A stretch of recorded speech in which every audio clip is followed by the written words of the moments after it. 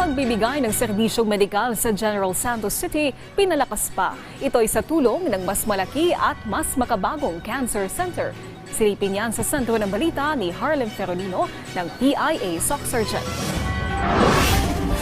Gumawa ng malaking hakbang para sa cancer care ang General Santos City. Ito ay sa pagbubukas ng mas malaki at mas makabagong cancer center ng General Santos Doctors Hospital o GSDH. Ito na rin ang ikawalong paggamutan sa Mindanao na nag-aalok ng radiation therapy na mahalagang serbisyo para sa paggamot ng cancer. Naging posible ito dahil sa matibay na pagtutulungan ng LGU Gensan at ng ospital.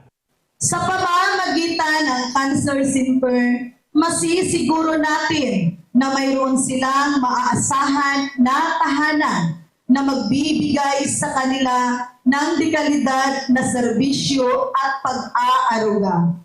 Kaya nga nagsisikap ang LGU at ang Health Department ng ating syudad sa pagpapalaganap ng impormasyon at kaalaman tungkol sa cancer at pagsulong sa malusog na pamumuhay.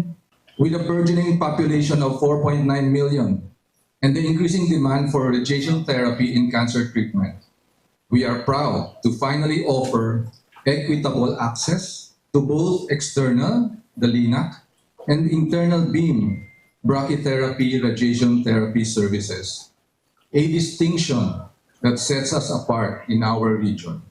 Our center is a source of pride not only for our hospital, but for the entire city. Ipinahayag din ng alkalde na sa pagbubukas ng naturang cancer center, mas mabibigyan ng pag-asa at magandang kinabukasan ang mga lumalaban sa naturang sakit. Isang pagpapatibay sa pangako ng General Santos City sa totoong progreso at paglilingkod sa kanyang mga mamamayan. Kaya nagsisikap ako ngayon na mabigyan ng pundo ang ating pampublikong hospital para sa operasyon, serbisyo at pasilidad nito. Para sa mga kababayan nating hirap din sa buhay. Harlem Ferolino ng PIA Soc Surgeon para sa Pambansang TV sa Bagong Pilipinas.